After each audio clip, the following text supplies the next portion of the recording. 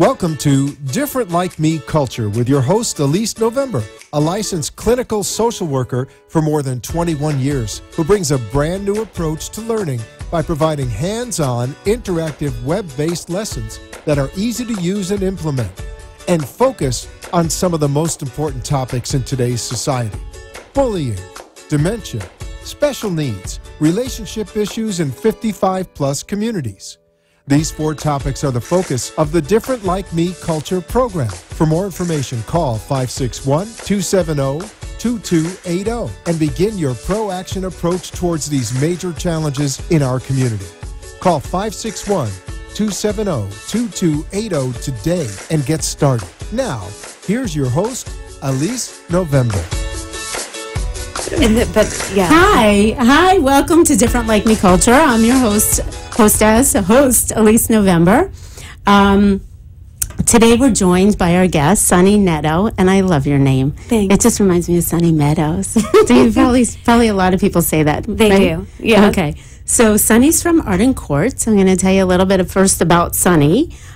She started out at age 9 helping her family care for her 2 grandmothers who lived in their home for 6 years, both of which had Alzheimer's. That must have been tough. Mm-hmm. Yeah. Then, during her college years, she volunteered for 2 years at the Headquarters Crisis Center, taking calls on the 800 suicide hotline. Talk about intense. Yes. Wow. Yes. And then after receiving her degree in psychology from the University of Kansas, she moved to Florida to pursue a career in healthcare. After 6 years of experience in home health and skilled nursing admissions, she finally found her home at Wwnn Courts Memory Care Community in West Palm Beach, where she has been the marketing director for over 5 years.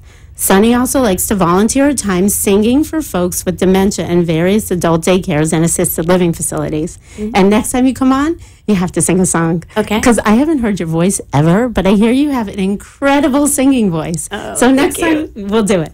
We'll definitely do it. But wow, what a bio here. You have a great deal of experience. Mm-hmm. And I know Wwnn Courts is one of the most amazing places, because I know every time I go and do a little talk there, I never want to leave because it just feels so warm and welcoming and homey.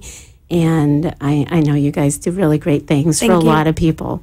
So we're going to talk today a little bit about Alzheimer's, caregiver stuff, and we're just going to wing it and see where we go with this conversation, because I know that a lot of people are dealing with Alzheimer's, mm-hmm. whether they have it themselves or if they're a caregiver of, and you certainly have a great deal of experience with it at a young age, and I know that must have been tough. That's not what we're going to talk about, but I know we all bring to the table what we've grown up with and experienced. Mm-hmm. So why don't we get started? I guess, let me ask you, what is the most difficult thing that people struggle with, I guess, as caregivers? What's just the one thing, if you had to say this is like the biggest thing, what would it be? Well, there are so many things, but the one thing that I would think is the biggest issue is guilt and more guilt. No one ever wants to place their loved one. It's hard because you're handing over their life into someone else's hands. So it's a huge decision, and most of the time, you know, you have spouses that have given what I call pillow promises. Mm-hmm. Pillow promises. Tell us about pillow promises. What is that? I love that term. I do too. So what are pillow promises? That, you know, they would never put their loved one away. You know, they promise each other that they'll never put them away and they don't want to go somewhere where they have this stigma of what a nursing home or a facility used to be like. So that's what's in their mind. They're scared. They never want to go there, and so they think that staying at home is going to be the best option for them, you know, and they don't ever want to be put away. So their loved one has that guilt that they're breaking this pillow promise, and along with adult children, you know, they have that put on them too, unfortunately, those kind of promises. And grandchildren. Yes. I could tell you that I remember making a promise to my grandma a really long time ago. I mean, she's passed since, but when I was little, and I said, I promise, Grandma, I'll never let Mommy put you in a facility. But imagine, what was I, a 9, 10-year-old little girl telling her that? And what if I had to break my promise because I really didn't have any control? But it's hard. And I think what you're talking about is that we all have the best of intentions, but then things change. Right. Life changes. And it's not so easy anymore to be able to care for somebody at home. I have a friend who recently, she just vowed, she says, I want to keep him at home as long as I can, and I don't think I ever want to put him in a facility. And I got an email from her the other day that says, I couldn't do it anymore. He just declined so much in the past 2 weeks that it wasn't healthy for me and it wasn't safe to keep him at home anymore. And then, like you said, now the biggest issue is guilt. Because then how do I deal with that? How do I deal with the fact that I told my husband, I will never put you in a facility. And we made that promise to each other. In fact, Steve and I made it to each other too. He says, you promised you weren't going to do that. You were going to take care of me. And I think about it, and it's real and it's scary. And I just got myself some long-term care insurance because it's scary. And I don't ever want to go in a facility, but what if my family couldn't take care of me at home? Right. What would I do? Exactly. So this is the guilt issue that you're talking about. And you deal with it firsthand because your family members come in there every day, and you have to deal with it on an emotional level. Yes. Yeah? Yes. Okay, so tell us more about that part of it. Most of the time they're coming in crisis. A lot of times, which is very difficult, which, thank goodness, I had the training I did at the crisis center. That was the most valuable training I could ever have because you're dealing with them. You need to listen and validate their, feelings that they're scared and they need to do something right now and help them wield through this process. But yeah, the stigma of, like I said, what a facility used to be like, they need to, they have to learn that things are different, and education is the key. So, because you're right, it's not feasible for a lot of people to be able to stay at home with their loved ones anymore, or to keep their loved ones at home anymore, whether it be this disease, Alzheimer's disease. They never take that into consideration. They don't really know what this disease entails. I can't tell you how many people come into the office and have no idea what's really going on with their loved one.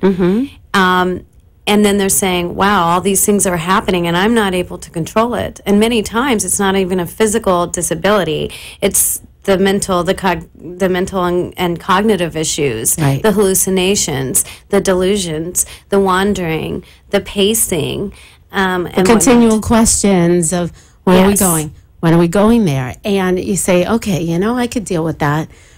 But you can't. It's a lot. It's just a lot. And I think I work as a psychotherapist, with patients, and I work with a lot of caregivers. And they just say, I don't know how to do it anymore. I just don't know how to do it anymore. And then the next sentence out of their mouth is, but I just can't do that to them. They're not ready yet to go into a facility. And they'll never be ready. They'll never want to go, usually. Any change is uncomfortable, literally, just physically and emotionally uncomfortable for them. So they will never want to go. Usually, too, the filter is gone. There's no rationality. There's no logic. They can't really see what's happening to their loved one, how they may be getting sick, hypertension, all kinds of health issues related to that. And I know a lot of people know about, there's the very scary statistic that 60% of folks caring for their loved one may pass before. Yep. I think it's actually 64% of caregivers die before their spouse that they're caring for. Yes. And why? It's like you're saying, because they're so stressed out. They're so stressed out. And I don't think people even realize, because what happens, as you're saying, it turns into physical symptoms. So the physical symptoms start, so you start to get headaches and neck aches and back aches, and then you become hypertensive, so your blood pressure goes up, and then all of a sudden your immune system becomes depleted, and you're getting sick, and you're on antibiotics, and you're not sure what's going on, and you go see the doctor, and I can tell you, it's stress. And you could tell them it's stress. We could tell you it's stress. And how do we know that? Is because before all of this, you were healthy. And I say it all the time. The number one killer is not cancer, not anything. It's stress. Why? Because stress causes our body to break down. And it exacerbates anything that's going on inside the body. Exactly. So maybe if there's some little cancer cells lurking around, maybe stress is going to exacerbate that for it to grow. Absolutely. So, or make that headache grow. You know, you ever get a headache, and then all of a sudden the phone rings, and you kind of forget that you have a headache, and then you hang up, and a few minutes later you're like, wait, I was going to the cabinet to take some Tylenol because I have a headache, and you say, wow, but I totally forgot that I had a headache. Right. Because the mind is very powerful. The mind can either talk you into something or talk you out of something. And sometimes you don't even know when it's talking you into something because you're just so stressed and overwhelmed. Yep. So I think what you're saying is sometimes you need to make that really difficult decision and do it. For yourself, so you can be around for your loved one and you can spend that quality time with them in the remainder of their twilight years. You want that role to change, you know. Once they get in, what I tell them is that you're able to be a mother again, a daughter or a son or a husband or a wife again. Or just a human being again. Yes. And have some time. Right. Just to have a little bit of time. That person who I was telling you about who recently put her husband in a facility, so I would email her, hey, how you doing? What's going on? And maybe a week and a half later, I would get an email. What happens now is I email her, and guess what? The same day or next day, I get an email back. And I could tell that she has more time for herself to do what she needs to do.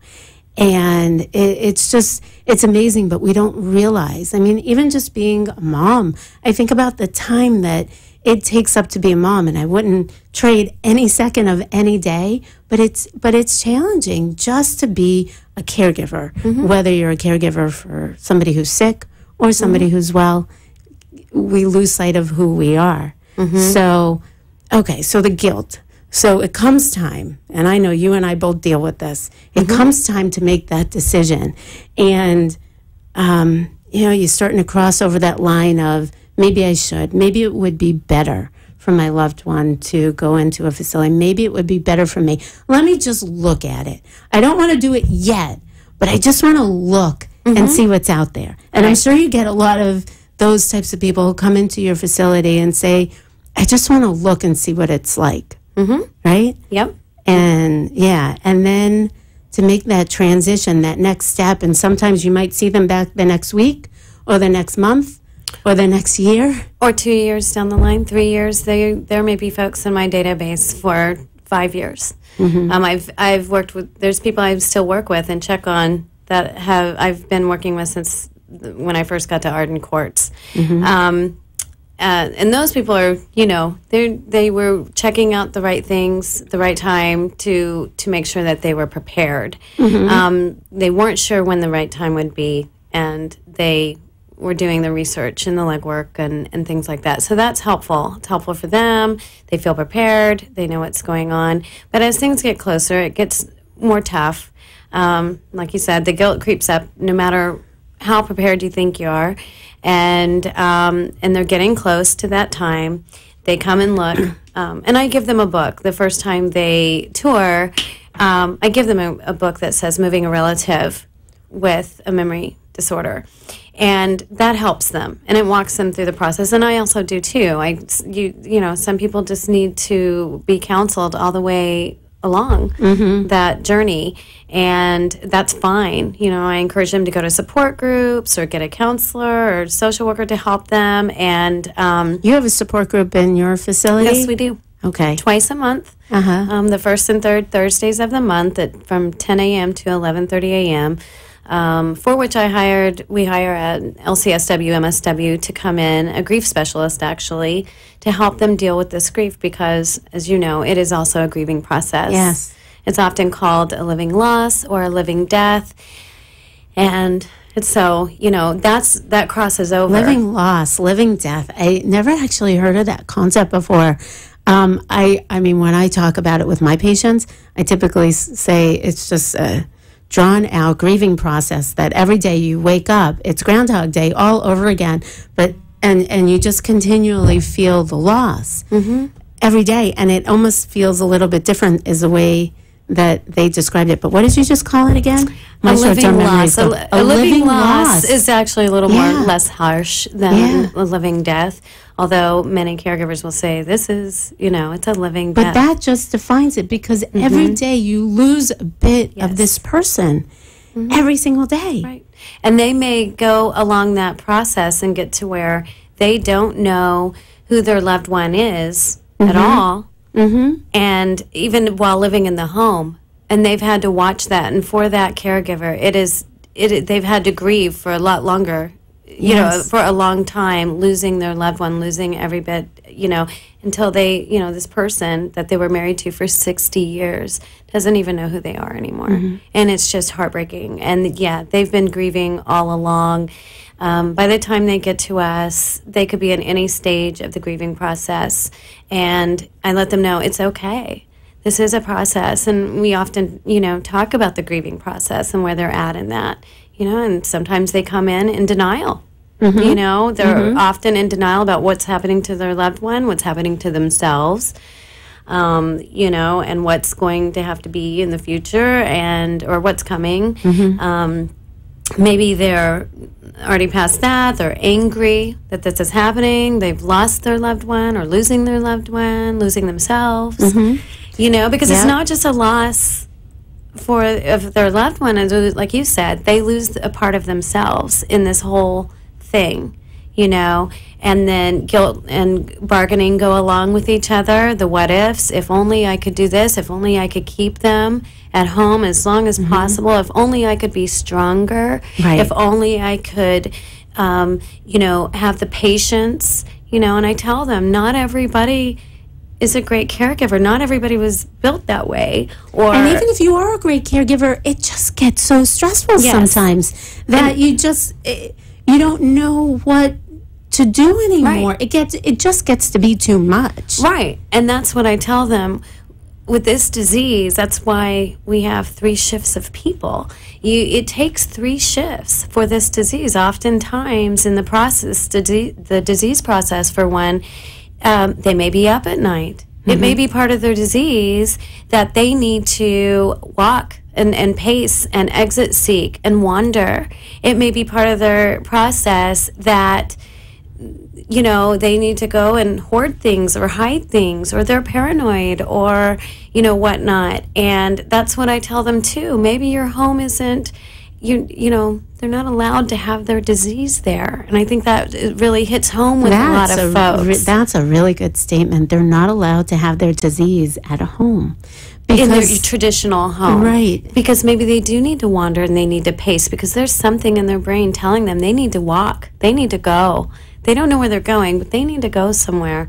And so they need a place where they can walk around and go outside and walk out any door, and where every path leads to a door and every door leads to a path. And maybe they need a place where they can get up at night and they're allowed to be up and sit and be engaged with until they get tired again. And things like that.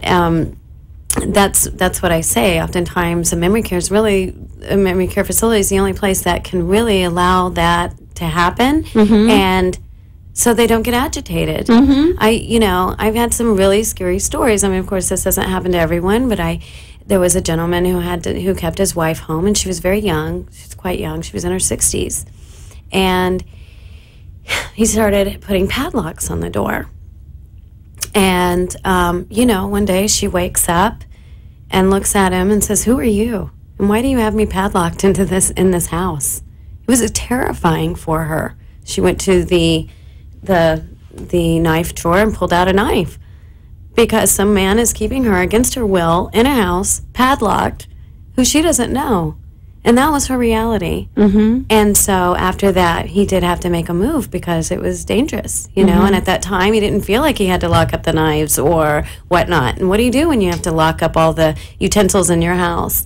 or because you're fearful of your life, right? And you don't know, and not that everybody responds like that, like you said. Right, that is a very, very extreme. Rare. That's the only extreme case I've ever basically seen. What you're saying is that the person's not necessarily the person anymore, and they're changing and evolving, and what worked before might not be working now. Right. So just like when the kids grow up and go off to college and you have this big 3, 4, 5 bedroom home and you don't need it anymore, life is just changing. Mm-hmm. So you just need to change with it. Mm-hmm. And I think that's really what it's about. And I think that could help to alleviate the guilt from a lot of people if they think, I just need to go with it and change with the disease rather than fight against it. Right.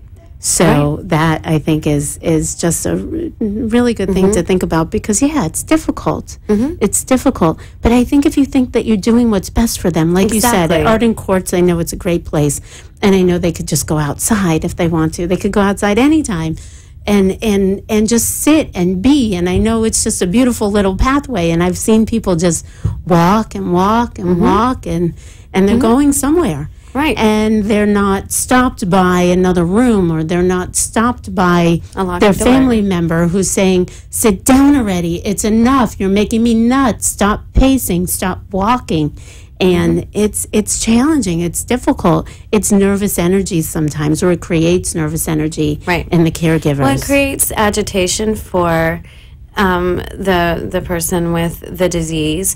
And like you said, it creates nervous energy and how many, things that can happen, accidents, whatever, while you're multitasking, you're trying to do all of these house chores and things like that, but you're also watching someone who may have the mentality of a 5 to 8-year-old or younger. And they need to be fully supervised. So exactly. You're on all the time, plus all the other tasks that you have to do. And this is an adult. And so you're also dealing with the emotional aspect of it too, because they still look like your husband or wife or your mom and dad, but inside they're different. They're changed. Right. And it's a person who cannot retain new information, nor can they learn no. Like if you're raising a child, you can try to train them to, to not do this, not do that. It's the opposite. They don't always listen, though, I have to tell you. The kids don't listen. They don't listen. But yes, it might be similar. Right, But exactly. at least what you're saying is a child has the capacity to learn, where somebody with Alzheimer's or dementia, one of the dementias doesn't, because they're not able to retain new information. Right. And their sense of right or wrong just out the window. It's gone. Right. The filter's gone, the logic's gone, the rationale is gone. Right. And depending on what part or what stage in their disease, it could be anything from decision making with money and buying all kinds of crazy things, and the wife never knowing, and all of a sudden things are really bad with the finances, to towards the more moderate to moderate severe stages where they're putting things in the microwave. They are how about a cup of coffee, because they want to make their wife a cup of coffee, but instead of making it either on the stove with hot water, they just took the coffee cup and they put that right on the stove itself. Because they were really trying hard, and I get that, and they really want to do the right thing and make a cup of coffee, but that could pose a potential for fire, for burning themselves. I mean, it's scary. It's scary, and I know that when I have my clients who transition from, they're okay, they're still driving, they're still doing all of these things, and then all of a sudden, okay, then that coffee cup on the burner comes, and it makes them think like, okay, they shouldn't be doing a couple of things they're doing. And then that's sometimes a wake-up call that things are changing now. Right. That's what I find. And that's what you see, people coming in during those moments, calling me in those moments, and in crisis. Yes, what do I do? But it's, and what's great also is that I know you just talk to people too, and I know it's not always about the move-in. I know it's always about doing the right thing for the person you're sitting in front of. And sometimes move-in isn't right. Sometimes it's just not appropriate and not right. Or sometimes, if they moved in, that the spouse just wouldn't be okay. But I think it's just about helping people to get through this crisis and knowing what their options are. Exactly. And I really am big on education and serving as a resource. They may not be able to afford us. They may not be able to, it may not be a great fit. You know, it may not be a good fit. And I will then recommend another place that I think would be a great fit. Sometimes a smaller residential home assisted living is a better fit if stimulation is agitates them too much, if you know the activities are not going to benefit them or whatnot. So or they need a lot more one-on-one attention. So you know, I try to do, like you said, the best thing, the right thing.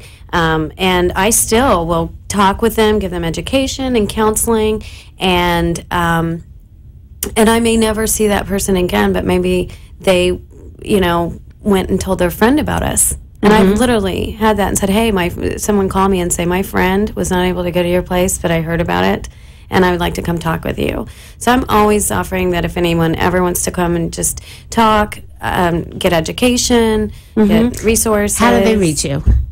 Let's tell them. All right. Well, they can call me at Arden Courts, and our number is 561-688-9999. One more time. Tell them. 561-688-9999. Okay, great. And your facility is in West Palm. I know you have a sister facility in Delray Beach, a little further south. So, and I know that Arden Courts is an absolutely wonderful place. Thank you so and much. You're just wonderful. Thank you so much. And I know Elise. your counterpart, Marcia, is wonderful as well. Yes, she is. So I'd like to thank you so much for joining us here today. It's truly been a pleasure. Yes. I'd love to Always have a you pleasure to back see and we you. can talk more. Next one is about sex and Alzheimer's. We're going to talk about that the next time you Up come and on. coming. Yeah? No pun intended.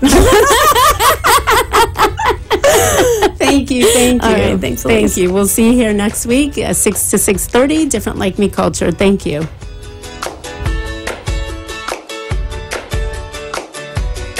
Thank you for tuning into Different Like Me Culture with Elise November. Join us every Monday at 6 p.m. Call 561-270-2280 for more information. And tune in again next week for more Different Like Me Culture.